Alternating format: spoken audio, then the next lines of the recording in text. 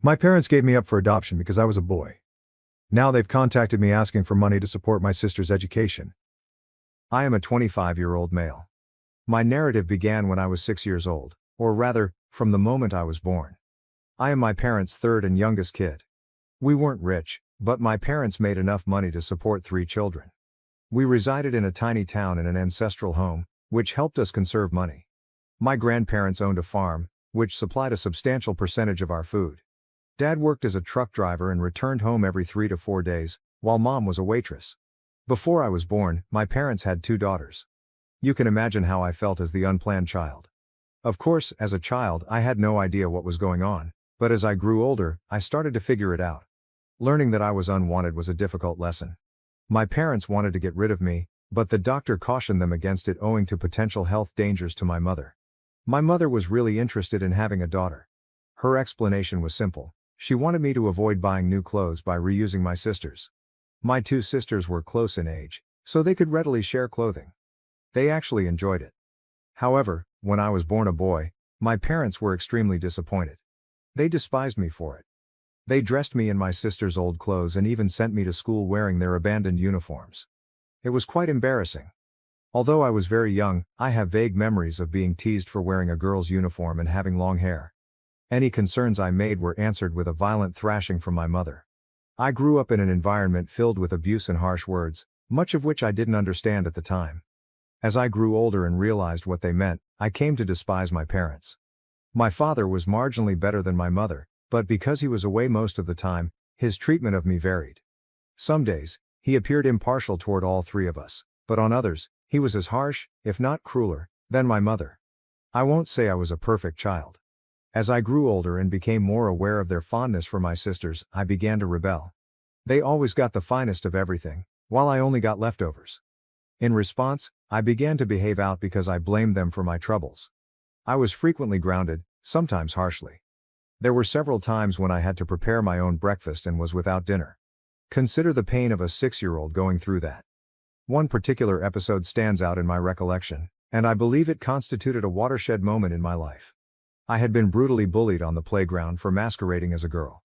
When I returned home, I learned that my mother had purchased new clothes for my sisters for the holidays.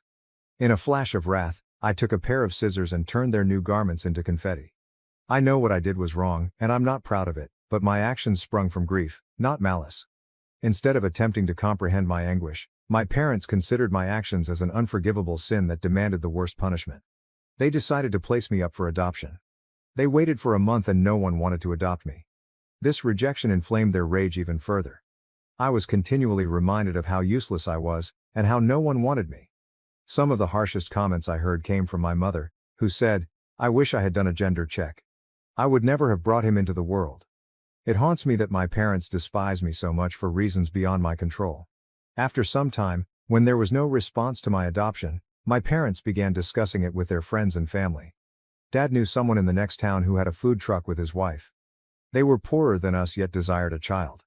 They were in their late 30s and had been trying for over a decade without luck. Dad spoke with them, and they easily consented to adopt me. I recall Dad breaking the news to Mom and my sisters, and they were overjoyed to be rid of me. Dad also cautioned them that the couple was impoverished, and I might not be able to attend school. Mom shrugged her eyes and replied, "Who cares? Just drop him off tomorrow." I stood in the corner, holding the curtain. Even though I despised my family, the prospect of abandoning them terrified and pained me. My eyes welled up with tears, but I refrained from crying aloud. They were so delighted, reveling in the moment, that they didn't know I was present. When Dad realized I was crying, he walked over, massaged my back and said, "Pack your belongings, we'll leave tomorrow morning for your new family." That was the moment I couldn't hold back. I cried out, but it went unheard. I went back to my room, packed my belongings, and prayed that my new family would be less evil. The following day, Dad drove me to the next town. I don't remember how I felt during the drive. I wasn't crying, perhaps I was simply numb. My new family's home was small, with only one room, and they had transformed the warehouse into my bedroom. I had no complaints. At least they had made an effort to provide me with my own area, which I had never had before. At my previous home, I slept on a cot in the corner of my sister's room, with only a little closet for my possessions. Even though the new room was smaller, it was comfortable. My new parents, Mary and John, were warm and kind. But I came from a dysfunctional home and had never known love. My parents had shown affection to my sisters, but never to me. I questioned Mary and John's intentions and felt their kindness was fleeting. I tried not to become attached to them for fear that they would forsake me as well. Childhood trauma. It took me several months to discover that their love was genuine and not an act. Yes, my schoolwork was disrupted that year since my parents relocated me midterm, but Mary and John agreed to enroll me the following year. When I witnessed how hard they worked to save for my education, I fell in love with them. My adoption proved to be a blessing in disguise. My biological parents never returned after leaving me with Mary and John. Honestly, I was relieved. Here I was treated like a boy, with no shame or criticism. Mary and John worked extremely hard, operating their food truck for 14 to 16 hours per day. Their truck was parked right outside their apartment, so I was never alone. I could see them from my bedroom window, and I ultimately began spending my days at the truck, assisting where I could. When I eventually started school, I concentrated on my studies while also assisting with chores whenever I had free time. When I was a little over 10 years old, I was assisting John at the cash register, and I turned out to be fairly brilliant at math. I learned about business and accounting at a young age. After high school, I wanted to run their food truck full-time, but Mary and John demanded that I finish college first. Despite their advancing age and frailty, they used their savings to pay for my schooling. I wanted to take over the company to reciprocate their generosity, but they convinced me that they could make it for a few more years and encouraged me to complete my college education. I enrolled in college to study business and accounting, hoping to make them proud. After a while, when there was no response to my adoption, they began discussing it with their friends and relatives. Dad knew someone in the next town who had a food van with his wife. They were poorer than us yet desired a child. They were in their late 30s and had been trying for a child for almost a decade, but there had been no success. Dad spoke with them and they easily consented to adopt me. I remember Dad breaking the news to Mom and my sisters. They were overjoyed to get free of me. Dad also explained that they were poor and that I might never be able to attend school. Mom shrugged her eyes and replied, "Who cares? Just drop him off tomorrow." I stood paralyzed in the corner, clutching the curtain. Regardless of how much I despised my family, I was terrified and hurt to leave them.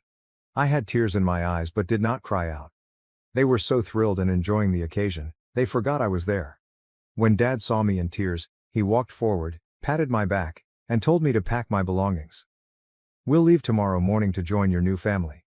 When he said this, I cried out loudly, but I realized it was not heard.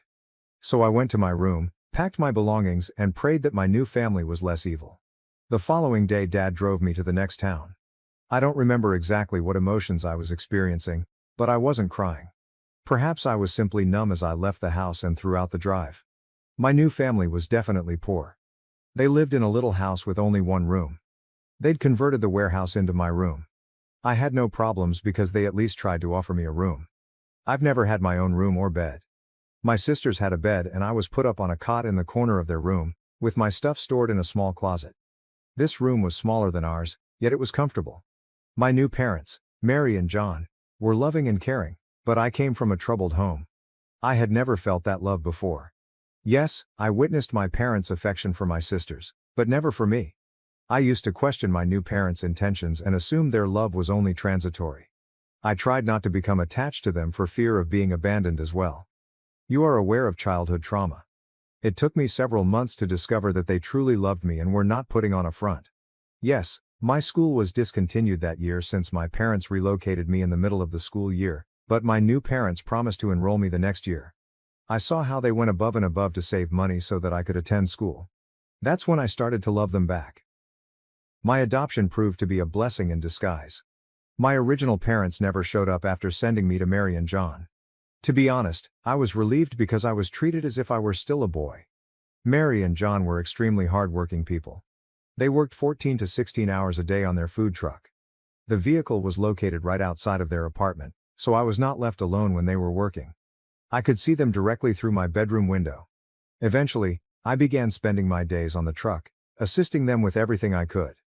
When I was admitted to the school, I dedicated all of my time to my studies while also assisting them with chores when I had time. I was a little older than 10 when I assisted John at the cash desk. I was pretty adept at calculating. I learned business and accounting from a young age. After high school, I wanted to run their business full-time, but they both insisted that I finish college first. They used their funds to fund it. They were becoming too old and frail to operate a food truck.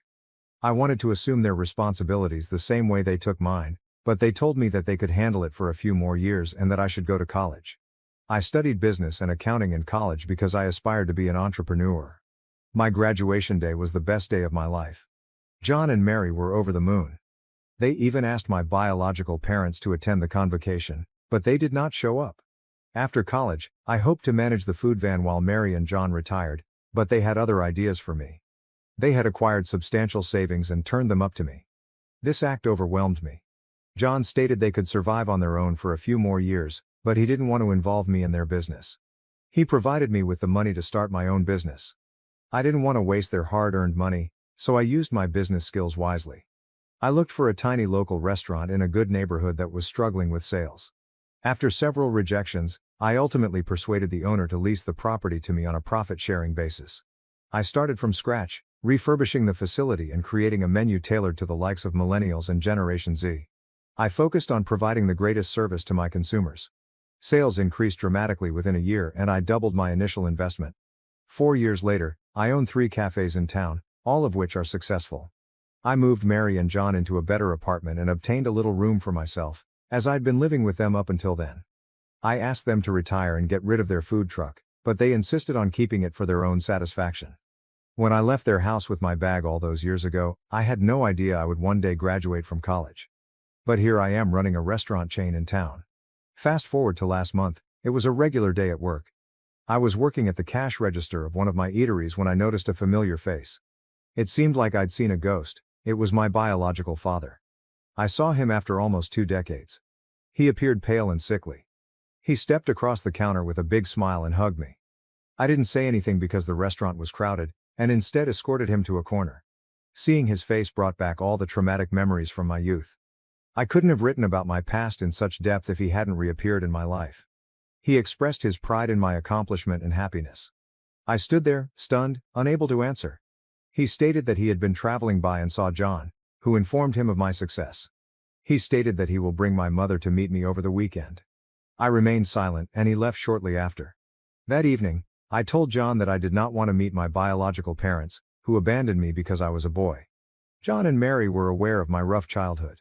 I wanted to flee and hide for the weekend, but Mary persuaded me to forgive them and go forward. I finally agreed to meet them on the condition that John and Mary accompany me. My original parents came to John's house, and I expected them to apologize for what they did to me. But to my surprise, they showed no sorrow. Instead, they detailed the favors they had performed for me. My mother told me that I should be grateful to them for finding me wonderful parents like John and Mary, who raised me to be successful. I was stunned. I wanted to lash out at them, but Mary took my hand and told me to remain calm. I politely replied, "I am grateful to have John and Mary as parents." The entire encounter seemed awkward and uncomfortable for me. The next day, I got a call from my biological mother. I didn't recognize her voice. It was the first time she'd contacted me in 20 years. She was not phoning to reconcile. She asked for money. She stated that my father had lost his regular job and had been working on a contract basis for several years. She also lost her job since no restaurant wanted to hire a 50-year-old waitress. They were hurting financially. I inquired how much she needed. She replied $20,000 would be sufficient. She had borrowed the money from her friends over the previous 3 months to buy groceries and run the property. Her pals now wanted the money back, but she didn't have it. I hung up the phone, stating I'd think about it and get back.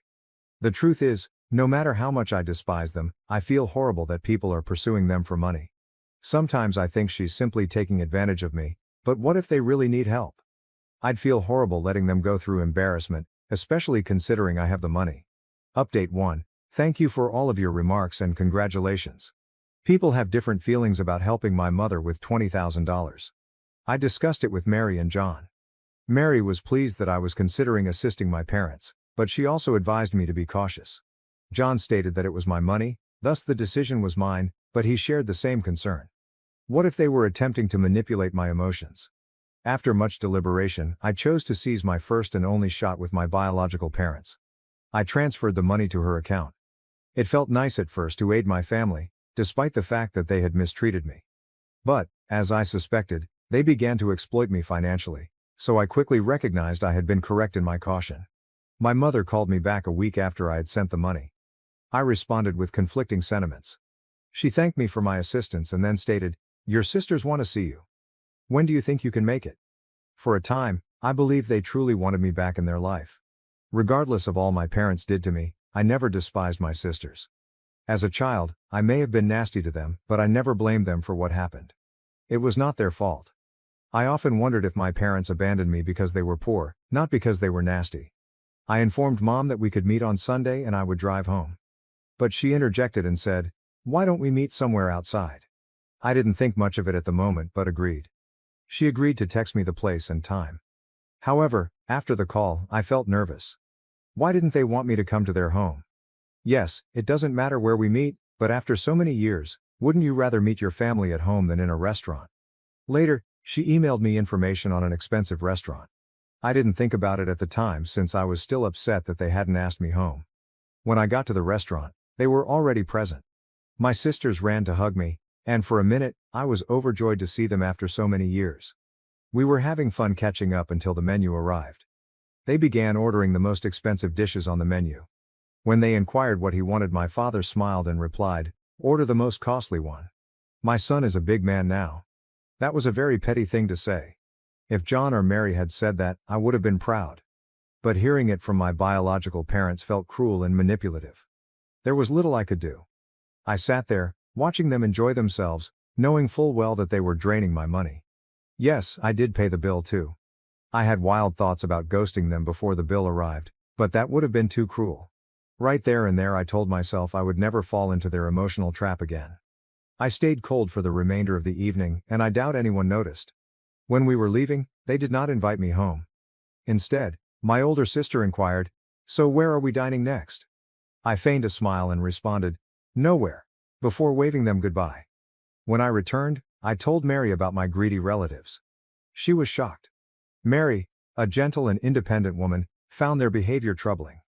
She encouraged me not to act foolishly again and to concentrate on my life rather than worrying about others. I took her advice to heart. A week later, my sisters called, but I did not answer. My mother called, but I also ignored her. It has been 2 months since then, and they have stopped contacting me. I believe they finally received the message that I do not want them in my life. Update 2. Hello everyone, thank you for all the love. As I indicated in my last essay, I stopped responding to my sisters and biological parents after realizing they only wanted me for my money. My mother called me again recently, after nearly 5 months. I noticed the phone ring and answered it on impulse. She began with a small conversation, asking about me and my career, but it sounded artificial and pretentious. I couldn't stand it any longer and inquired, "What do you want?" She took a big breath and explained, "Your sisters had to drop out of college. Because Dad couldn't afford their tuition, they asked me to sponsor their college education." I flipped out. My mother urged me to calm down, saying, "They are your sisters, your family, and you should help them." I was at work at the time and did not want to disrupt my day, so I hung up. She called me back that evening. I had ignored her calls a few times, but it bothered me. I recognized that ignoring her was not the solution. When she called again, I answered. She responded, "Your sisters are really pleased to return to their college. So how are we going to handle this? Will you pay all at once or by semester? I advise you to transfer the entire sum to me, and I will handle the tuition payments each semester. That way, you won't have to worry about anything." I was stunned. I replied, "Whoa, hold on. I am not going to make any payments." She sounded genuinely astonished, as if she had not expected no to be an option. She asked, "What do you mean you won't pay everything at once?" "It's great, we can also pay in installments." I reiterated, "I'm not paying anyway. My sister's schooling is not my obligation, especially since my parents abandoned me and never followed up with me. Now you're only talking to me because you want to take my money." She erupted with rage and lost control. "Do not forget that we gave birth to you. We are responsible for your current state. Your father secured a suitable guardian for you, and now that it is time to repay us, you must accept your obligations. Your sisters and parents are your responsibility, and you must take care of them all." I had a lot to say, but I knew it would be lost on deaf, egocentric ears. So I calmly responded, "Yes, I owe a lot to my parents, John and Mary. They deserve all credit for my success. As for you, I am not sure who you are. None of my documents bear your names, nor do I have any images of you. So I do not think I know you at all." She began throwing insults at me, but I simply said, Wrong number, lady. And disconnected up. Call me selfish, harsh, or whatever you want, but I am not going to spend my hard-earned money on my so-called family. They were never my family. They abandoned me when I was only 6 years old. And yes, I did see some comments on my last post on why I call John and Mary by their names rather than mom and dad. Actually, I call them mom and dad now. It didn't happen right away when I moved home with them, but as time went and they worked hard to provide for me, love me, and get me into school, I grew devoted to them. For the sake of clarity in this narrative, I referred to them as John and Mary. But to me, they are my true mother and father. I don't call my biological parents anything because they don't exist to me.